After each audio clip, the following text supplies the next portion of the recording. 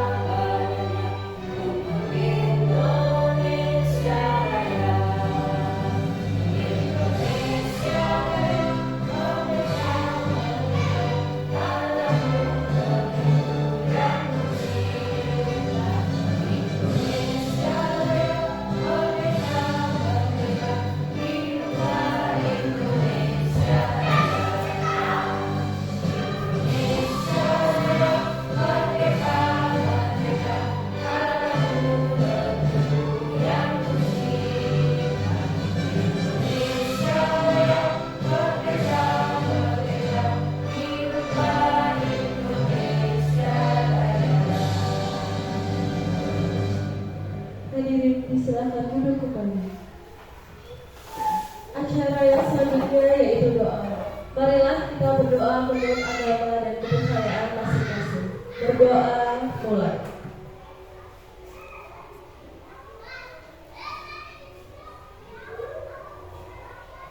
Berdoa selesai. Selanjutnya adalah sambutan dari Kepala SD Negeri 3 Karanganyar yang akan disampaikan oleh Bapak Angga Setiawan. Kepada beliau saya persilakan. Baik, terima kasih Bu Yeni. Bismillahirrahmanirrahim. Assalamualaikum warahmatullahi wabarakatuh. Alhamdulillah, puji syukur kehadirat Allah Subhanahu wa taala pada kesempatan siang hari ini kita semuanya bisa berkumpul dalam rangka mendorong atau memberikan sebuah support knowledge kepada Bu Cici pada CGP kita yang luar biasa. Harapannya dengan diseminasi pada kesempatan siang hari ini Bapak dan Ibu semuanya nanti betul-betul kemudian bisa mengambil sebuah pelajaran berharga dari apa yang disampaikan oleh Bu Cici Saryasi. Ini adalah tahun kedua bagi kita. Sekali lagi saya ulangi, ini adalah tahun kedua bagi kita. Harapannya bisa memberikan sebuah kontribusi nyata untuk sekolah kita, lebih khusus untuk dirinya sendiri, untuk Bu Cici, dan kemudian bisa betul-betul disebarkan kepada Bapak Ibu guru. Dan sekali lagi saya garis bawahi, ini adalah tahun kedua.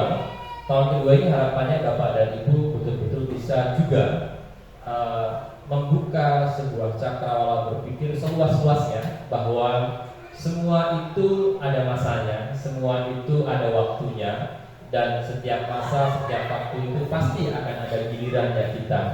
Jadi adanya momen ini harapannya membuat cakrawala kita terbuka bahwa kehidupan kita itu saling membutuhkan, bahwa pelajaran yang kemarin mungkin belum bisa kita ambil dengan baik, harapannya di tahun kedua ini kita memiliki guru penggerak bisa menyempurnakan terkait halnya dengan sebuah disiplin positif yang kemudian bisa mengantarkan kita semuanya, sekolah kita menjadi sekolah yang lebih baik. Jadi Bapak Ibu, di kesempatan siang hari ini diseminasi nanti, saya juga berharap besar harapannya Bapak Ibu semuanya betul-betul juga bisa berperan aktif dalam diskusinya, betul-betul memberikan sebuah sumbangsi, sebuah pola pikir yang kemudian pola pikirnya itu setidaknya minimal frekuensinya sama. Ketika frekuensinya sama, insya Allah akan dapat memberikan sebuah motivasi yang sama, memberikan pengalaman yang sama, disiplin positifnya pun sama. Nah, seperti itu. Maka tadi saya selalu sampaikan ini adalah tahun kedua. Harusnya di tahun kedua ini kita betul-betul lebih siap, bahkan lebih mengerti alurnya bagaimana, dan setiap kita harusnya betul-betul mempersiapkan alurnya seperti ini. Karena mau tidak mau proses pembelajaran kita di disiplin positif ini mau tidak mau adalah betul-betul menyesuaikan dengan ritme perubahan yang saat ini sedang terjadi di kurikulum merdeka atau kurikulum nasional ini. Setidaknya ruh kita sama. Seperti itu. Jadi nanti harapannya pesan saya kepada ibu semuanya, Bapak Ibu semua bisa ikut sama-sama aktif, berperan aktif, memberikan sumbangsi pada Bu Cici, dan Bu Cici harapannya juga bisa memberikan sebuah ilmu baru bagi kita yang terbarukan sehingga semangat kita menjadi semangat yang sama, disiplin kita juga menjadi disiplin yang lebih baik. Karena di tahun kedua itu seharusnya kita sudah tidak meraba-raba lagi. Seharusnya kita sudah memiliki sebuah landasan yang landasannya itu sudah bisa membuat jalannya lebih mulus. Seperti itu Bapak Ibu ya. Kalau di tahun pertama kemarin mungkin kita masih meraba-raba harus bagaimana, dan di tahun kedua ini setidaknya ada peningkatan. Bagi Bu Cici ini apresiasi bagi saya, salah satunya adalah betul-betul terpampang sebuah banner yang luar biasa. Ini sebuah apresiasi yang luar biasa. Betul-betul butuh perjuangan Bapak Ibu ya. Jadi apapun itu, harapannya yang dikeluarkan Bu Cici ini ada sebuah dampak yang betul-betul Bapak Ibu guru juga bisa merubah gitu. Maksudnya disiplin positifnya nanti ada dampaknya bagi dirinya, bagi kelasnya, seperti itu. Jadi kalau semuanya nanti akan bernilai positif, dampaknya positif, menimbulkan gaya positif, yang untung itu ya kita. Kita itu siapa? Kita itu adalah warga sekolah. Kenapa? Karena dengan adanya budaya positif itu ya yang ASN, yang PNS juga dampak positifnya akan berdampak di kemajuan siswa kita. Gitu. Jadi kalau semuanya itu biarlah kemudian tidak saling support, itu juga akan berdampak lebih bahaya terhadap sekolah kita dan terhadap perkembangan ilmu pengetahuan kita. Kalau tidak, nah biarlah. Ini kan sekarang gilirannya Bu Cici, biar Bu Cici saja, saya besok tidak ya. Dan sekali lagi, kalau memang di tahun ini ada yang bisa untuk daftar CGP, maka harapannya Bapak Ibu semuanya bisa segera daftar. Jangan kemudian berorientasi, saya itu nggak mau loh Pak jadi kepala sekolah, saya nggak mau loh Pak jadi pengawas, saya nggak mau loh Pak ikut CGP itu bukan karena saya pengen cepat-cepat PDG, tidak. Tapi orientasinya adalah untuk mengupgrade sebuah kemampuan, karena sejatinya guru yang baik adalah guru yang selalu mampu mengupgrade kemampuannya menjadi lebih baik. Guru yang tidak stagnan dengan kemampuannya kemudian selalu merasa, pengajar saya sudah bagus, saya nggak perlu lagi nih kemudian belajar ilmu baru, atau bahkan merasa bahwa yang menyampaikan hanya teman saya, maka dengan ilmunya cuma begitu. Jangan. Maka kewajiban kita sebagai seorang guru di era yang semakin canggih, di era yang semakin digital ini, harapannya mau untuk mengupgrade diri, support temennya, dan betul-betul melakukan sebuah diskusi yang lebih aktif. Itu yang Bapak Ibu ya. Itu saja Bu Cici, sekali lagi semangat.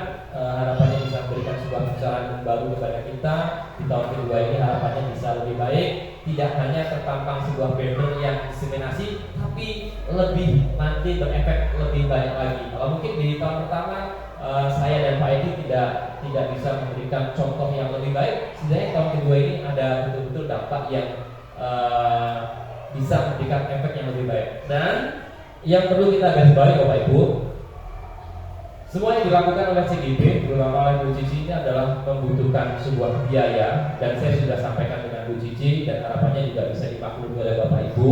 Sengaja saya sampaikan di sini karena harapannya satu, proses belajar itu kalau orang Jawa bilang memang ada namanya jerbasuki mobil. Tapi saya tidak mau kemudian dengan proses belajar ini satu, Bu Cici dalam proses belajar ini juga harus tetap mengajar dengan siswanya, harus berpikir dengan berbagai macam tugasnya. Dan yang ketiga, saya juga harapannya Bapak Ibu bisa memahami agar Bu Cici tidak terlalu terbebani dengan mungkin berbagai macam kue, berbagai macam makanan atau apapun itu. Jadi hadapi dan lakukan saja dengan biasa saja. Jadi jangan sampai kemudian nanti teman-teman saya bagaimana Pak, santai saja. Dan harapannya Bapak Ibu guru juga bisa menerima dengan lebih baik. Gitu ya Pak, ya Bu Cici ya. Kalau mungkin banner ini suatu peningkatan, karena saya pikir ya banner itu butuh modal. Dan kemarin kalau harus bagaimana kita sudah banner itu harus ada diskusi. Dan ini Bu Cici sendiri ada eksekusi, akhirnya buat banner ini dua kali luar biasa gitu ya. Tapi intinya dengan jejak banner ini saya pinginnya betul-betul di tahun kedua ini kita ada jejak budaya positif yang tertanam di kita. Itu ya Bapak Ibu ya. Jadi pesannya adalah nanti betul-betul agrep, kemudian diskusi dengan aktif, dan Bu Cici harapannya tidak ada rasa sungkan kepada kita, kepada Bapak Ibu semuanya. Kalau toh memang adanya FPT ya pilih saja. Tidak perlu mungkin berkumpul pas itu masih tidak usah. Dan harapannya Bapak Ibu juga legowo, karena proses menuntut ilmu itu biayanya tidak sedikit gitu. Itu yang paling ya. Jadi kurang lebih harapannya Bapak Ibu mengikhlaskan apapun itu yang di apa ya. Kalau temannya seandainya, ayo saya butuh bantuan, ya harapannya betul-betul mengikhlaskan ya. Saya ikhlas Bu, ya, saya nggak dikasih gorengan ya nggak apa-apa. Itu ya Bu Cici ya. Jadi Bu Cici jangan merasa keberatan Pak, saya bagaimana nggak usah. Itu pesan saya. Tapi sekali lagi, kalau saya mungkin kemudian Bu Cici, Pak saya nggak apa-apa ikhlas tidak memberatkan, ya monggo saja, saya juga tidak bisa melarang. Tapi harapannya agar semuanya tidak ada yang merasa terbebani. Toh ini juga semuanya proses. Ya, besok pastinya Bapak Ibu juga akan mengalami proses ini dalam fase yang berbeda, dalam kemasan yang berbeda. Itu ya Bapak Ibu ya. Sekali lagi mari kita sama-sama itu diskusi dengan baik, diskusi dengan lebih aktif agar semuanya dapat tercapai dengan lebih baik. Nah, ini di tahun kedua harapannya kita suhunya menjadi lebih baik. Itu saja. Sekali lagi semangat untuk Bu Cici dan Bapak Ibu semuanya. Semoga apa yang kita laksanakan pada kesempatan hari ini dapat membuatkan sebuah ide atau pemikiran yang bisa memberikan semangat kepada kita semuanya. Karena dengan catatan dan dengan apa ya, dengan berbagai macam pengorbanan salah satunya. Kita mau tidak mau harus mengorbankan beberapa kelas yang ya ini kita tinggalkan. Maka kalau sudah jalan seperti ini jangan setengah-setengah. Sudah nyemplung basah ya berarti optimalkan di sini. Sudah sesuanya kita berikan tugas, kita di sini setengah-setengah, nah ini kita gagal semuanya. Maka kalau sudah seperti ini, berikan ide-ide dan diskusinya dengan terbaik. Tidak ada rasa untuk kemudian saya sisi cuma formalitas. Tidak ada ya Bapak Ibu ya. Siap membantu Bu Cici ya Bapak Ibu. Nah, itu mungkin sekali lagi Bu Cici semangat apapun itu, insya Allah kami siap support Bu Cici. Demikian Bapak dan Ibu, sekali lagi mohon maaf jika banyak hal-hal yang kurang berkenan. Sekali lagi dalam rangka membangun, dalam rangka mengingatkan kita semuanya. Karena sebuah kewajiban saya untuk mengingatkan kita semuanya, terutama saya sendiri, agar semuanya tetap berjalan sesuai dengan relnya, berjalan dengan kaidah kebaikannya untuk kita semuanya. Sekali lagi, saya kiri wabillahi taufiq hidayah. Assalamualaikum warahmatullahi wabarakatuh. Terima kasih kepada Bapak Angga Setiawan atas sambutannya. Selanjutnya yaitu pemaparan materi dari Ibu Cici Sariasi selaku PGP Angkatan 11. Kepada beliau saya persilakan.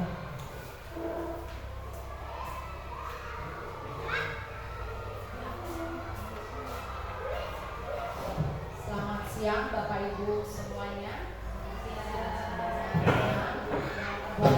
Bapak Angga Setiawan selaku Kepala Sekolah SD Negeri 3 Karanganyar. Yang terhormat Bapak dan Ibu Guru SD Negeri 3 yang terhormat, pada hari ini kami ucap syukur kepada Tuhan karena pada hari ini yang pertama kita bisa berkumpul dalam acara aksi nyata modul 1.4 yaitu diseminasi budaya positif. Di sini Bapak Ibu, saya bukan berarti pintar, saya sendiri juga di sini mau belajar bersama bahwa hari ini walaupun saya mengadakan pembahasan, ini adalah untuk pelajaran bersama seperti yang diungkapkan tadi oleh Pak Angga. Semoga kedepannya kita bisa berjalan bersama. Yang pertama di sini saya akan menjalankan proses aksi nyata modul 1.4 yaitu tentang budaya positif. Di sini kami ada perintah dari program guru penggerak bahwa hari ini harus melaksanakan budaya positif. Di sini saya berasal dari CGP Angkatan 11 di SD Negeri 3 Karanganyar. pemaparan materinya. Kita mulai pembelajaran.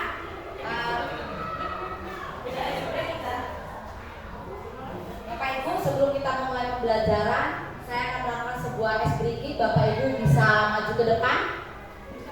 Bisa. Ibu. Kemarin ya, ada sini aja Bapak Ibu nggak apa-apa.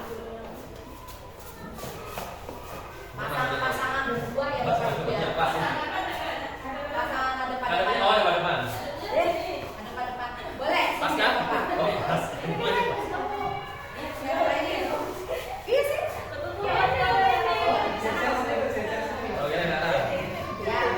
Ya Bapak Ibu, di sini saya ada nanti sekata atau dua kata. Saya akan menyebutkan dengan kata hitam atau hijau.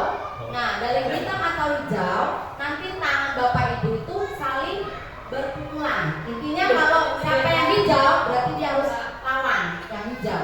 Maksud? Contohnya, saya menyebutkan hijau, jadi Bapak harus memukul temennya. Jadi antara salah satu harus memukul tangan plek. Memukul tangannya plek. Hijau, ada pukulan. Ingat tetap, jadi antara salah satu harus ada yang hitam dan hijau. Jadi harus berusaha kenal temennya, ya. Benar aja, kenal temennya. Jadi nanti kalau saya ucapkan hijau, sampai yang hijau, berarti yang hijau mukul. Jadi yang lawan hitam usahakan jangan sampai kena. Bapak Ibu. Mulai Bapak Ibu ya. Jadi saya akan menyebutkan satu atau dua kata, hitam atau hijau. Nah nanti kalau saya berkata hijau, berarti yang hijau siap memukul, dan yang hitam siap menghindar. Jadi kalau dia kena, berarti yang hitam kalah. Tangannya seperti orang plek. Ya, bisa Bapak Ibu? Tapi yang mana ini? Kesepakatan antara dua, mana yang hitam, mana yang hijau. Coba ini aja biar enak. Burung yang sebelah sini hitam, burung yang sebelah kiri adalah hijau. Satunya Bapak Ibu ya. Kita coba. Satu. Hijau berarti saya. Kalau hijau berarti siap. Siap dulu. Ya. hitam berarti ini kan siap. Siap. Menghindar gitu loh Pak. Menghindar. Jadi berdasarkan instruksi saya, kalau saya bilang hijau, berarti hijau siap pukul. Kita enggak, berusaha. Iya, berusaha. Tangannya juga. Bisa. Bapak Ibu, ya. Kanan. Kalau kita biar kebalikannya. Kebalikannya. 1, 2, 3, hijau. Bisa Bapak Ibu? Bisa. Lagi ya? Coba kita ulang. 1, 2, 3, hitam. Gimana Bapak Ibu? Sudah senang suasananya? Ya, hari ini kita akan mulai lagi, bisa lagi yang kita coba sekali lagi ya.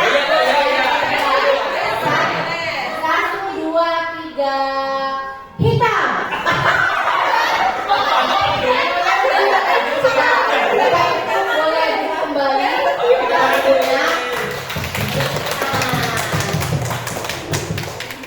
Ya, ini sedikit ice breaking supaya kita tidak jenuh, ya, supaya kita bisa, itu tadi adalah suatu melatih konsentrasi kita. Bisa nggak kita itu konsentrasi dari sebuah kata, hijau atau hitam? Nah, di sini saya punya ice breaking lagi, Bapak Ibu boleh di tempat duduknya.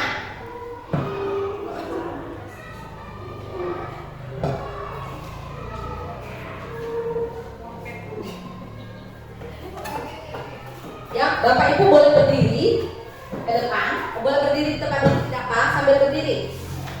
Ya, biar kita nggak jenuh ya Bapak Ibu.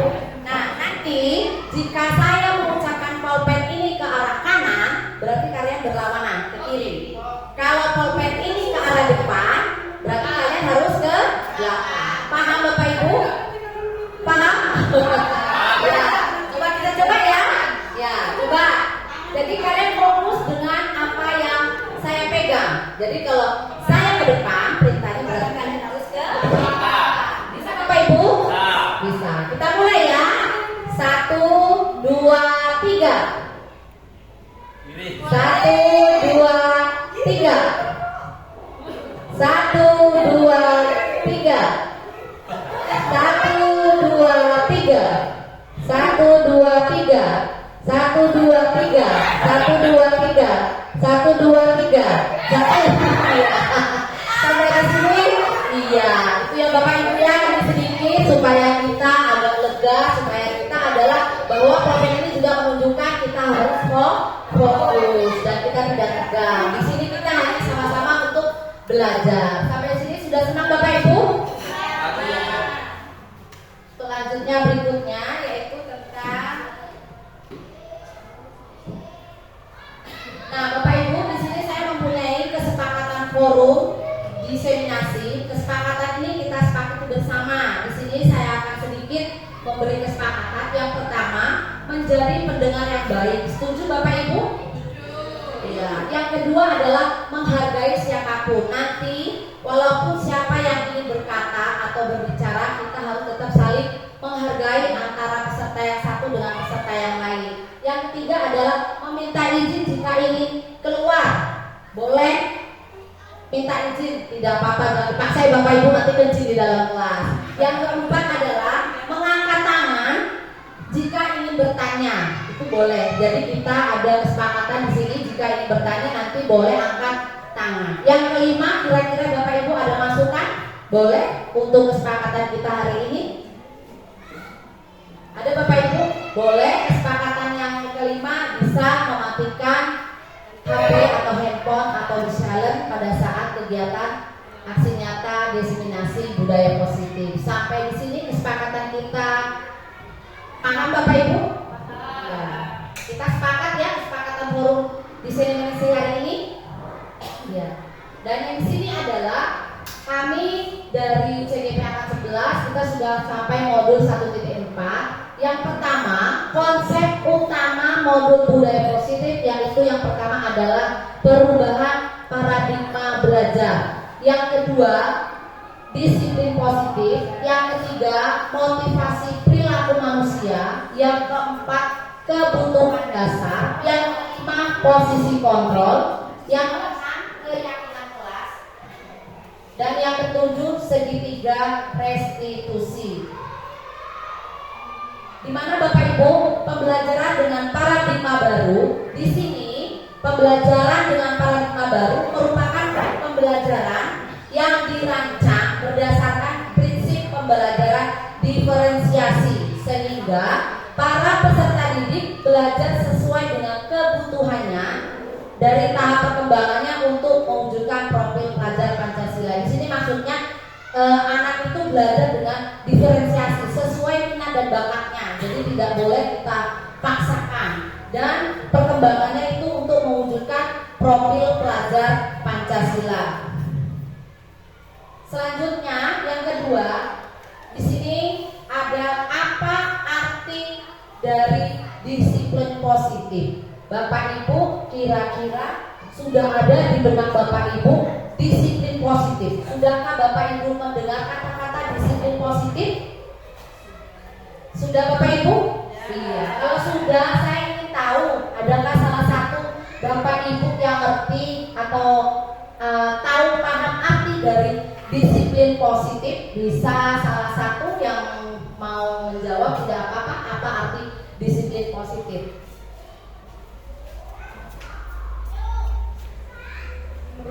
Selamat siang. Ya. Saya ingin mencoba menjawab apa arti disiplin positif. Disiplin positif adalah perilaku positif atau perilaku yang baik dalam kehidupan sehari-hari yang kemudian bisa kita biasakan kepada murid-murid. Terima kasih. Ya, dari penjelasan Bu Christine tadi, benar, disiplin positif itu berkaitan dengan apa yang sudah diterangkan oleh Bu Christine. Bisa ada lagi yang menambahkan apa arti disiplin positif lagi? Kira-kira ada yang menambahkan? Selamat siang Bu. Menurut saya disiplin positif itu adalah suatu pembiasaan yang dilakukan setiap hari sehingga dia menjadi suatu habit yang diterapkan secara terus-menerus. Begitu Bu. Ya, penjelasan Bapak Ibu hari ini sangat bagus sekali, sangat luar biasa. Semua yang Bapak Ibu jelaskan itu adalah benar. Disiplin itu pembiasaan kita yang dilakukan sehari-hari. Di mana di sini disiplin positif dalam budaya kita, disiplin berasal dari kata disiplina, artinya belajar. Disiplin adalah sesuatu yang diterapkan seseorang kepada orang lain untuk mendapatkan kepatuhan. Nah, di sini disiplin itu kita bisa mengajarkan kepada anak bahwa anak itu harus bertanggung jawab. Ya, dari disiplin ini anak bisa bertanggung jawab, dan dari disinilah kita bisa mengharapkan anak dengan adanya disiplin positif. Kita itu sebagai anak mengajarkan anak kita menumbuhkan rasa tanggung jawab, dia bisa mampu mengontrol dirinya. Itulah dari disiplin positif. Contohnya ada anak sekolah, ya, sekolah. Anak-anak itu untuk apa sih sekolah, Bapak Ibu? Untuk belajar. Nah, untuk belajar mereka itu dari keinginan sendiri, tidak untuk dipaksa. Datang ke sekolah harus dipaksa. Itu namanya keinginan dari diri sendiri yang ditanamkan adanya dari disiplin positif. Nah, di sini disiplin positif merupakan suatu cara penerapan disiplin yang mengajarkan anak bertanggung jawab dan menumbuhkan kesadaran diri berdasarkan nilai-nilai kebajikan. Jadi dalam menerapkan disiplin ini itu berhubungan dengan nilai-nilai kebajikan. Bahwa dalam nilai-nilai kebajikan itu dalam kurikulum merdeka kita sudah ada, yaitu yang terdapat dalam dimensi 6 dimensi profil pelajar Pancasila. Bapak Ibu tahu 6 dimensi profil pelajar Pancasila? Iya. Di sini tadi nilai-nilai kebajikan itu Ibu mau tanya, apa saja sih nilai-nilai kebajikan yang bisa kita terapkan Bapak Ibu untuk anak kita dalam kehidupan kita sehari-hari di sekolah saja? Bahwa kita ini sudah menerapkan nilai-nilai kebajikan dalam positif, budaya positif. Ada yang mau menambahkan Bapak Ibu nilai-nilai apa saja? Selamat siang, Ibu. Di sini saya akan mencoba menjelaskan apa itu nilai-nilai kebajikan. Yang pertama mungkin salam, yang kedua mengerjakan tugas, yang ketiga datang tepat waktu, yang keempat senyum dan sapa. Bapak Ibu, itu sudah termasuk dalam nilai-nilai kebajikan. Apakah nilai-nilai kebajikan itu sudah kita laksanakan Bapak Ibu setiap hari di sekolah?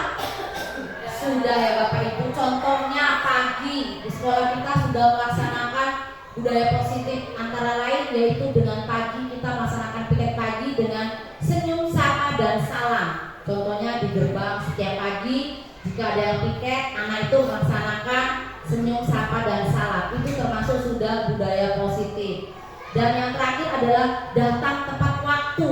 Ya Bapak Ibu, saya sendiri aja belum bisa menerapkan, tapi kita sama-sama untuk belajar. Ya Bapak Ibu, itu dari tentang dari budaya disiplin positif.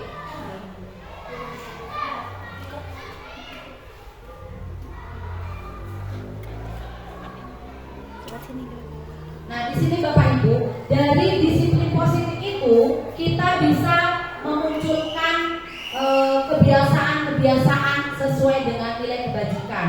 Saya mau bertanya Bapak Ibu, kita itu datang ke sekolah untuk apa sih Bapak Ibu? Kalau kita dibuat peraturan Bapak Ibu, datang ke sekolah itu untuk apa? Apa untuk dipuji kalau berangkat terlalu pagi, atau untuk mendapatkan penghargaan, atau untuk dorongan dari hati Bapak Ibu sendiri?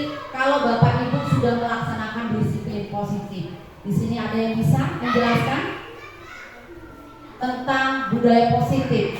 Nah, dari budaya positif ini kita bisa memunculkan motivasi perilaku. Tadi seorang guru, ya, tadi dia berangkat pagi itu karena apa? Karena atau ingin dia ditegur, atau karena ingin dia dipuji oleh kepala sekolah atau guru-guru lain, ataukah dari keinginan diri sendiri bahwa dia ingin berangkat pagi. Itu sudah termasuk dalam motivasi motivasi perilaku seorang guru. Nah, di sini motivasi itu apa sih Bapak Ibu? Sebelum kita lanjutkan, kita harus tahu apa sih Bapak Ibu motivasi itu. Baik, saya akan membahas menurut saya motivasi yaitu dorongan untuk melakukan suatu hal yang positif, Bu Cici.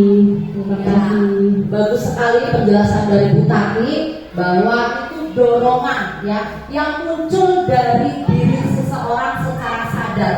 Jadi harus ada motivasi kita sebagai seorang guru. Nah, dari motivasi ini ada 3 motivasi. Selain itu Bapak Ibu ada yang lain pendapatnya mengenai apa sih motivasi itu?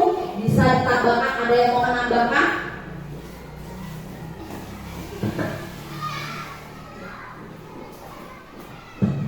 Ya, menurut saya motivasi itu tadi sudah dijelaskan oleh Bu Tati.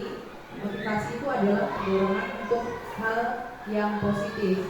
Kalau menurut saya motivasi itu ada 2 ya Bu ya. Yang pertama itu motivasi yang ada dalam yang muncul dari diri kita sendiri. Contohnya kalau kita sebagai guru itu motivasinya apa sih kok guru berangkatnya pagi bukan untuk dipuji kepala sekolah atau bukan untuk dipuji siapapun, tetapi hal itu muncul dari dalam diri karena merasa jadi guru itu jadi kewajibannya, dan guru itu kan teladan untuk siswa-siswanya. Nah, itu yang menjadikan kita punya dorongan untuk saya harus jadi contoh teladan yang baik untuk anak-anak, datang tepat waktu pagi. Nah, itu yang membuat kita termotivasi. Yang kedua itu motivasi yang dari faktor dari luar Bu, jadi faktor ekstern ya. Itu bisa dari teman atau lingkungan yang lain juga. Jadi terima kasih pendapat dari Bu Dini, sangat bagus sekali ya. Sama-sama motivasi. Motivasi itu apa sih Bapak Ibu? Di sini kami mempelajari motivasi itu adalah dorongan yang muncul dalam diri seseorang secara sadar, ya, secara sadar dan tidak sadar untuk melakukan suatu tindakan dengan tujuan. Jadi dia untuk melakukan tujuan, ada tujuannya. Tadi ada 3 motivasi perilaku manusia. Yang pertama adalah untuk menghindari ketidaknyamanan atau hukuman. Coba Ibu Bapak, saya ingin bertanya, untuk menghindari kenyamanan atau ketidaknyamanan atau hukuman itu termasuk motivasi apa Bapak Ibu? Termasuk motivasi apa? Termasuk motivasi ekstrinsik. Karena apa Bapak Ibu? Karena di sini siswa melakukan disiplin diri itu karena takut dihukum. Jadi dia namanya bukan dari dirinya, dari luar, ya. Jadi makanya dia disebut motivasi ekstrinsik. Yang kedua yaitu untuk mendapatkan imbalan atau penghargaan tadi, ya. Jadi dia melakukan disiplin kalau ada imbalan. Kalau tidak ada imbalan dia tidak mau. Makanya dia disebut dengan motivasi ekstrinsik atau dari luar. Yang ketiga yaitu adanya menjadi orang mereka dan menghargai diri sendiri. Jadi dorongan itu dari diri sendiri. Jika dia dari diri sendiri, maka dia termasuk dalam motivasi apa Bapak Ibu? Iya, dari intrinsik, dari dalam diri kita. Jadi itulah 3 motivasi perilaku manusia yang bisa kita munculkan kepada peserta didik.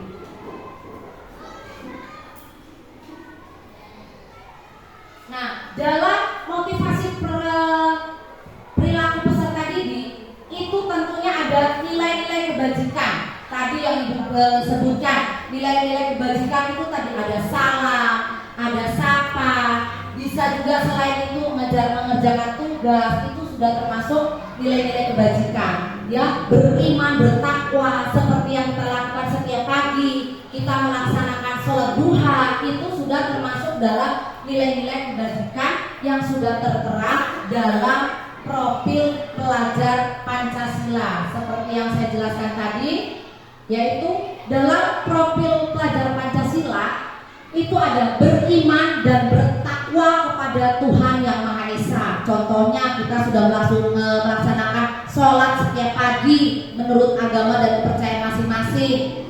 Berkarakter baik, anak berkata sopan, itu juga sudah termasuk berkarakter mulia.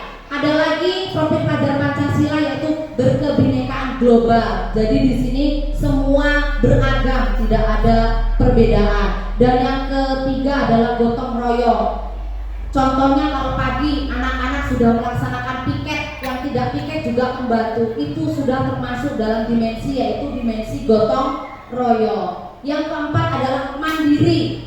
Tanpa kita suruh mereka sudah terbiasa. Karena apa Bapak Ibu? Sudah ada tertanam dalam diri anak itu adalah disiplin positif. Dan yang keempat adalah bernalar kritis. Dan yang keenam adalah kreatif. Itu tentang profil pelajar Pancasila. Nah, Bapak Ibu, di sini ada arti yaitu hukuman, ada konsekuensi, ada restitusi. Hukuman itu dia tidak terencana, Bapak Ibu, tidak terencana. Dia tiba-tiba. Apa sih yang mau dihukum dia juga sudah tidak tahu, tapi dia tetap berbuat kesalahan. Nah, di sini dia bersifat satu arah. Dia berupa hukuman fisik atau psikis. Contohnya, kalau kita ada anak yang tidak mengerjakan PR ya Bapak Ibu, tidak sengaja kita menyuruh ya Bapak Ibu, coba kamu keluar sebentar, kerjakan di luar.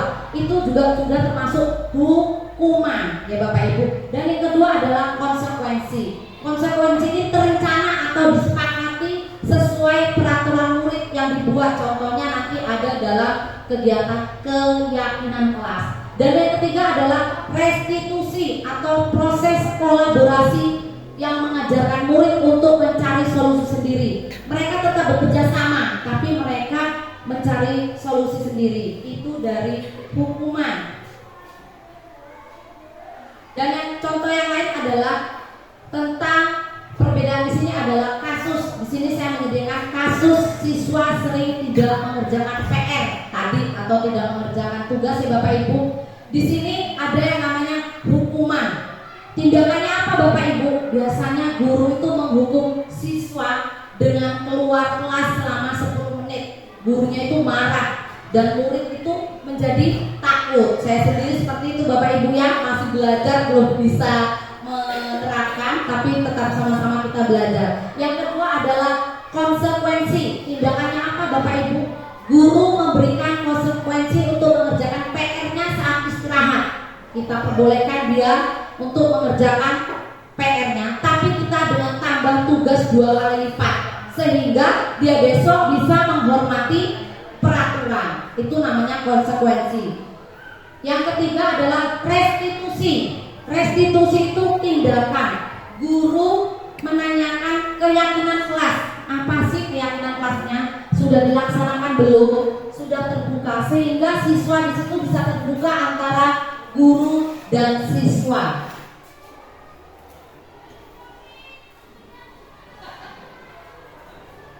Yang selanjutnya Bapak Ibu, selain disiplin positif, kita juga melakukan motivasi perilaku. Dari perilaku inilah kita memunculkan yaitu namanya kebutuhan dasar manusia. Sebelum kita jauh, Bapak Ibu, apa sih kebutuhan dasar kita sebagai guru di sekolah atau sebagai diri pribadi kita?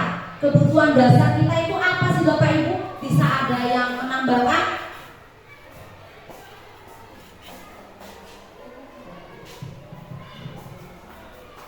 Ya, menurut saya kebutuhan dasar kita sebagai guru itu yaitu perlu dihargai dan perlu diperhatikan. Iya. Bagus pendapat Bu Dewi, sangat bagus sekali ya, luar biasa. Bahwa kebutuhan dasar kita itu adalah yang pertama perlu perhatian. Yang contohnya kita sudah berumah tangga ya Bapak Ibu, maaf yang belum berumah tangga, yang sudah berumah tangga kita perlu diperhatikan oleh siapa Bapak Ibu? Terutama adalah oleh suami. Contohnya perlu diperhatikan dari bidang apa Bapak Ibu? Keuangan, terutama perempuan. Ya, kalau tidak ada keuangan, perempuan pasti sudah mulai lah mukanya marah-marah, berebut. Itu contohnya kebutuhan dasar manusia yang perlu diperhatikan. Yang kedua adalah perlu dihargai. Jadi walaupun kita yang kerja atau suami yang kerja, itu juga kita tetap perlu dihargai. Nah, dari sini kita bisa menyimpulkan kebutuhan dasar manusia itu adalah segala sesuatu yang kita lakukan untuk mendapatkan apa yang kita inginkan, dan tindakan yang kita lakukan itu memiliki tujuan tertentu. Dari ini kita bisa melihat apa saja sih Bapak Ibu 5 kebutuhan dasar manusia yang sudah kami pelajari dalam program Guru Penggerak, yaitu yang pertama adalah bertahan hidup. Kita harus bertahan hidup. Yang kedua adalah kasih sayang dan rasa diterima. Kita juga tadi sebagai suami istri harus ada juga perlu kasih sayang. Gak hanya diperhatikan ya Bapak Ibu ya, perlu juga kasih sayang dan rasa diterima. Yang ketiga adalah penguasaan. Yang keempat adalah kebebasan. Yang kelima adalah kesenangan.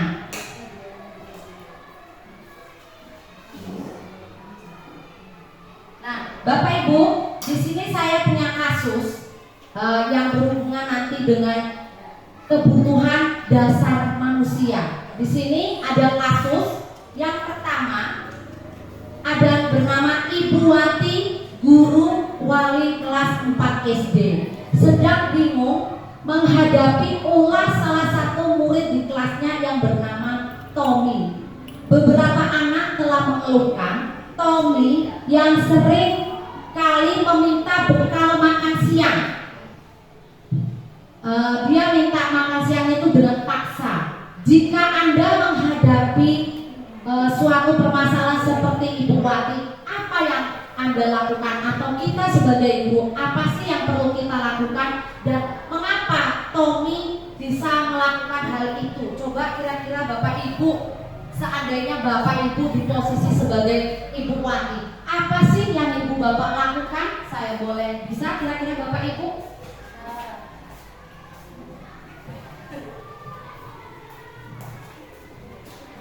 Menurut saya Bu Cici, menurut saya panggil dulu muridnya, alasannya kenapa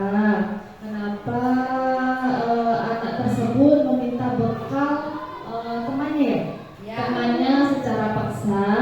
Dan keduanya kita cari tahu kenapa itu, nanti kita selesaikan anak itu alasannya kenapa, nanti kita cari tahu. Terima kasih ya, pendapat dari Bu Tati sangat bagus sekali ya. Kita sebagai guru, tindakan yang pertama bisa memanggil yang bernama Tommy, atau kepada anak kita yang kejadiannya hampir seperti ini. Biasanya kita bawa makanan, terbiasa ya Bapak Ibu, anak-anak itu ambil berebut, dia maksa mintanya, tidak secara baik-baik. Jadi apa yang kita lakukan tadi seperti yang disarankan Bu Tati itu sangat bagus, yaitu dengan cara tadi memanggil dan kita tanya, kenapa sih nak kamu tadi ngambil makanannya si A? Kenapa? Kok kamu maksa tidak memintanya secara baik-baik? Dan itu caranya. Nah di sini alasan yang pertama yang sudah saya lihat, alasan Tommy yang pertama karena dia lapar. Nah dari lapar, orang tuanya itu tidak membawakan bekal, ya. Jadi dia makan siangnya dia berebut ngambil makanan temannya. Nah dari sini Tommy ini termasuk dia dalam kebutuhan apa Bapak Ibu tadi untuk bertahan hidup. Dia yang satu adalah bertahan hidup, kebutuhan untuk bertahan hidup. Jadi biar dia bisa hidup, dia ngambil dari temannya. Penyebabnya apa sih Bapak Ibu? Karena dia lapar. Selain lapar, dia tidak dibawakan bekal oleh orang tuanya. Itu tentang kebutuhan dasar manusia. Alasan yang kedua apa sih Bapak Ibu? Alasan yang kedua, karena dia merasa senang, teman-temannya jadi memperhatikan dia. Jadi teman-temannya itu senang. Bahwa Tommy ini dikasih tahu gurunya, diberitahu ke orang tuanya bahwa tadi Tommy ini mengambil makanan temannya. Nah dari sini kita bisa mengambil kesimpulan bahwa Tommy ini perlu perhatian Bapak Ibu. Dia tidak diperhatikan orang tuanya, perlu diperhatikan, yaitu dari kasih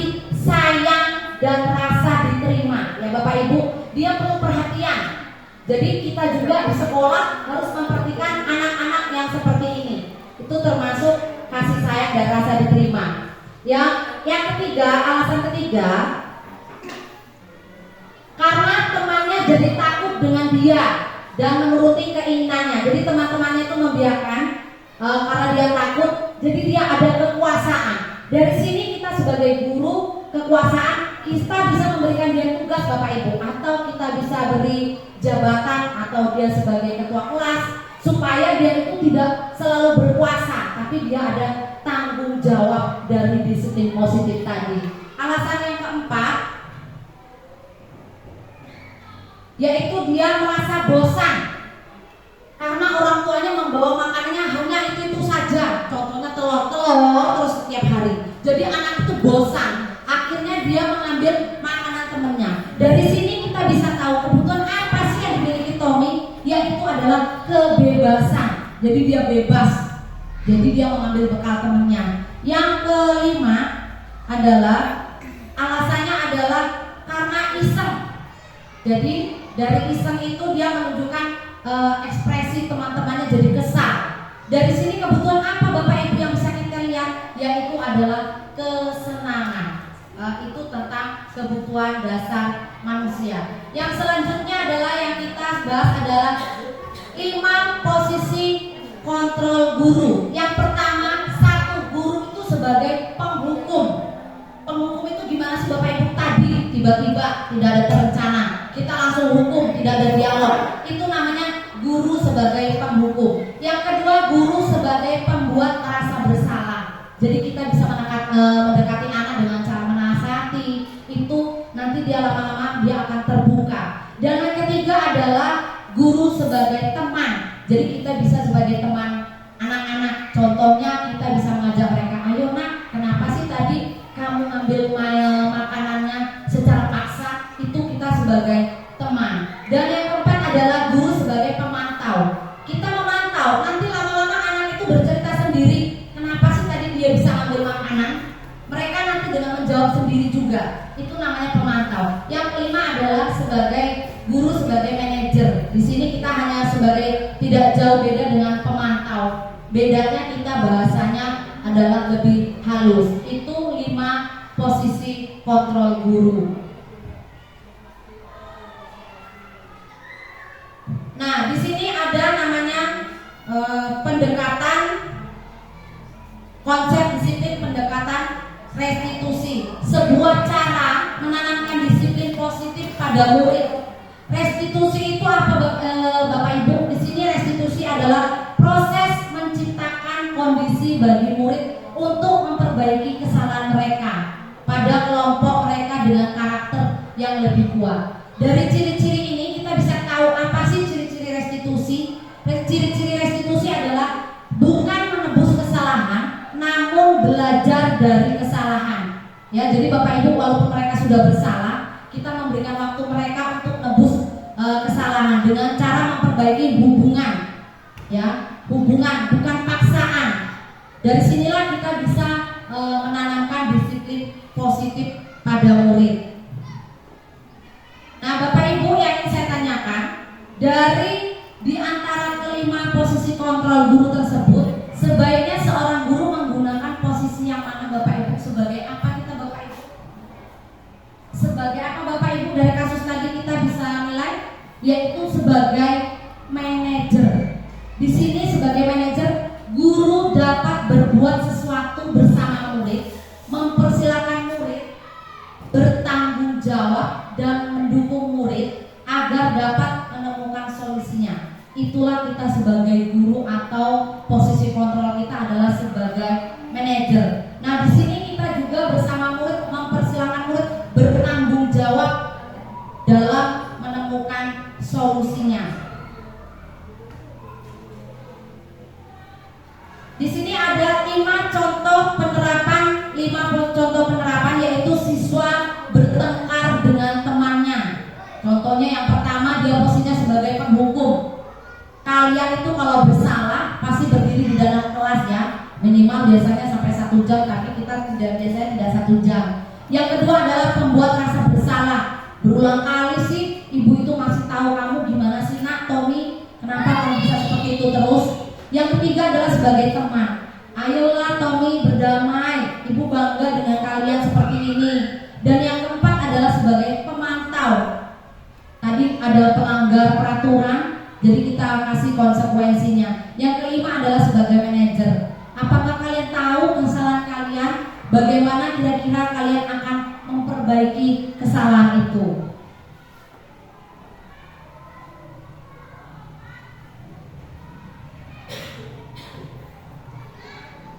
Nah, dari tadi kebutuhan dasar manusia, kita juga bisa mencari solusi, yaitu dengan membuat keyakinan kelas, Bapak Ibu. Di sini keyakinan kelas itu, mengapa sih keyakinan kelas tidak peraturan kelas? Kalau sekarang itu hampir sama keyakinan kelas dengan peraturan kelas. Kalau dulu peraturan kelas, kalau sekarang anak mengertinya yaitu keyakinan kelas. Nah, dari tiga itu kita bisa membuat keyakinan kelas. Kita buatnya bersama siapa Bapak Ibu keyakinan kelas? Kita buatnya bersama anak. Tidak boleh mentang-mentang kita sebagai guru, kita yang buat peraturan. Jadi pada saat membuat keyakinan kelas itu harus ada kesepakatan dari anak dan guru. Jadi guru juga tidak boleh memaksakan anak. Jadi anak itu dari dirinya, bahwa kesepakatan yang kami lakukan itu kesepakatan bersama, bukan pribadi, bukan guru. Jadi pada saat membuat keyakinan kelas itu harus ada kesepakatan antara guru dan anak atau murid. Bagaimana Bu cara membuat pembentukan keyakinan kelas? Yang pertama kita harus menggunakan kata-kata positif atau kalimat positif.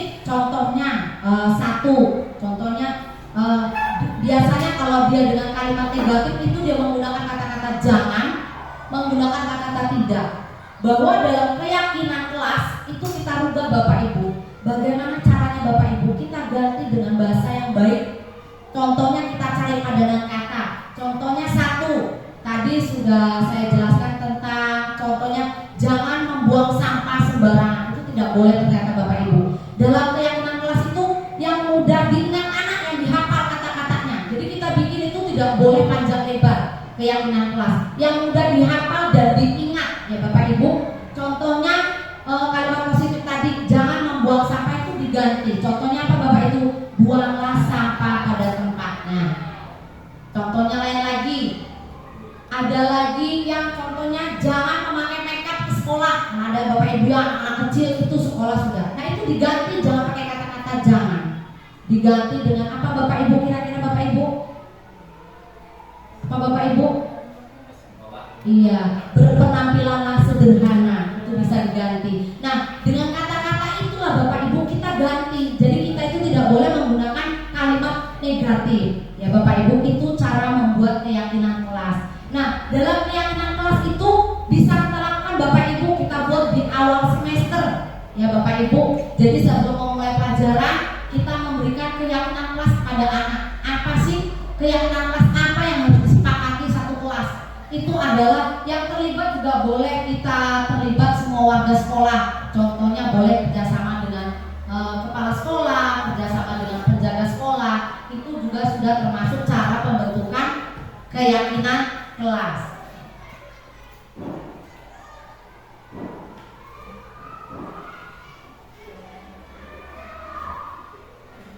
Nah, inilah Bapak Ibu contoh keyakinan kelas kemarin, yaitu di sini saya ada kata-kata saling menghormati dan menghargai. Contohnya kalau ada anak yang berantem, itu termasuk dalam saling menghargai. Berarti kalau anak itu berantem mengejek itu namanya tidak menghormati ya, tidak menghargai. Tapi bahasanya dalam keyakinan adalah saling menghormati. Yang kedua adalah bertanggung jawab. Contohnya anak buang sampah sembarangan, itu sudah termasuk dalam kata-kata bertanggung jawab dalam keyakinan kelas. Yang ketiga adalah budaya 5S seperti yang sudah kita jalankan selama ini. Salam, sapa, dan senyum setiap pagi pada saat sebelum anak masuk kelas ya. Dan yang keempat adalah menjaga kebersihan. Jadi kita juga termasuk dalam keyakinan kelas, yaitu menjaga kebersihan. Inilah kegiatan dalam keyakinan kelas. Nah, dari dalam keyakinan kelas ini kita juga bisa yaitu untuk menyelesaikan masalah. Ada di sini 3 tahapan segitiga restitusi untuk menyelesaikan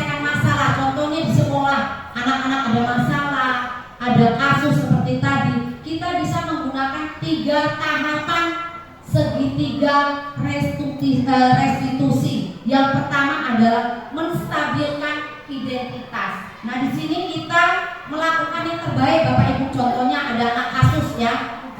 Kita langsung jangan bilang kamu tuh udah bersalah, udah salah. Tidak. Jadi dalam menstabilkan identitas ini kita membuat anak itu yang tadinya gagal itu bisa sukses dari kesalahan mereka. Itulah namanya menstabilkan identitas. Kalimatnya apa sih Bapak Ibu yang kita berikan kepada anak? Walaupun anak itu udah salah, kita nggak boleh ternyata langsung kayak kita marah. Seperti selama ini kan kita marah, saya sendiri seperti Bapak Ibu ya.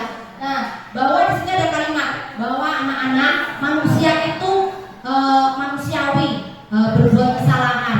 Jadi kita harus memperbaiki dari kesalahan. Itu namanya disebut dengan menstabilkan identitas. Yang kedua adalah tahapannya adalah validasi tindakan yang salah. Nah, kita bisa menggali Bapak Ibu, menggali dia. Kenapa sih tadi seperti Tommy? Kita cari alasan. Kenapa sih kita gali? Kenapa Tommy tadi memaksa bekal temannya? Dia tidak meminta bekal temannya itu secara baik, tapi kita bisa menggali permasalahan anak itu dari apa Bapak Ibu? Dari tahapan validasi tindakan yang salah. Dan yang ketiga adalah menanyakan keyakinan kelas. Tadi seperti Tommy, otomatis Tommy itu sudah membuat keyakinan kelas. Kita tanya sama Tommy, kamu tahu apa Tommy keyakinan kelas yang kita sudah kesepakati? Pasti dia jawab tahu Bu. Itu suatu tindakan yang bagus tidak Tommy? Sudah sesuai dengan kesepakatan kelas atau keyakinan kelas yang kita buat? Pasti dia jawab tidak Bu. Nah, dari situ, dari kita keyakinan kelas, anak-anak nanti lama-lama dia berubah. Inilah 3 tahapan yang kita lakukan dalam menyelesaikan masalah yang ada di sekolah pada anak. Di sini Bapak Ibu saya kemarin mengambil yaitu kasus membuang sampah sembarangan, ya. Baru pada saat jam istirahat ada anak yang lain mengetahui dan anak itu melaporkan kepada wali kelasnya. Tindakan yang saya lakukan tadi sama seperti yang dilakukan Bu Tati. Kita memanggil anak tersebut dan melakukan langkah restitusi ya. Itu. Yang kedua, di sini kami tetap ada tugas kita melakukan kasus restitusi. Baru dari kasus restitusi itu dia anak-anak itu memberikan tanggapan ya Bapak Ibu. Tanggapan apa sih terhadap kita sesudah kita melakukan restitusi. Nah, dari semua tadi konsep modul budaya positif itu semoga bisa kita terapkan Bapak Ibu. Kita semua di sini belajar bersama, tidak ada yang betul, tidak ada yang salah, sama-sama belajar. Saya sendiri walaupun saya mengimbaskan belum tentu juga saya benar Bapak Ibu, saya juga masih sama-sama belajar. Dari sini Bapak Ibu kira-kira dari penjelasan saya ada yang bertanya Bapak Ibu? Boleh dari penjelasan dari awal dari disiplin positif. Sesudah itu kita melakukan keyakinan kelas. Dari keyakinan kelas itu kita bisa buat kebutuhan dasar anak. Dari kebutuhan dasar anak itu kita tahu posisi kita sebagai guru yang mana, atau sebagai manajer, atau sebagai pemantau. Tapi di sini adalah kita sebagai manajer. Dari sekian tadi penjelasan dari saya, kira-kira ada Bapak Ibu yang bertanya, boleh? Ya, izin bertanya Bu Cici, kan Ya. kalau di SD itu tidak ada guru BK ya. Jadi bagaimana cara kita sebagai guru menangani anak-anak yang bermasalah di sekolah itu tanpa adanya guru BK? Iya, terima kasih. Ya, terima kasih kepada Bu Dani yang sudah memberikan pertanyaan. Di sini tadi sudah saya jelaskan bahwa di SD itu tidak ada guru BK, guru bimbing konseling ya Bapak Ibu ya, BK singkatannya. Dari sini kita tadi tahu bahwa kita buat tadi ada namanya 3 tahapan segitiga restitusi ya. Yang pertama tadi ada menstabilkan identitas, 2 validasi tindakan, yang ketiga adalah menanyakan keyakinan. Dari 3 itu tadi sudah saya jabarkan. Dari 3 itulah kita bisa tahu nanti kita bisa menyelesaikan masalah jika tidak ada guru BK yang ada di sekolah atau di SD kita itu sendiri. Ada lagi Bapak Ibu yang ingin bertanya? Boleh? Masih ada waktu kesempatan untuk bertanya.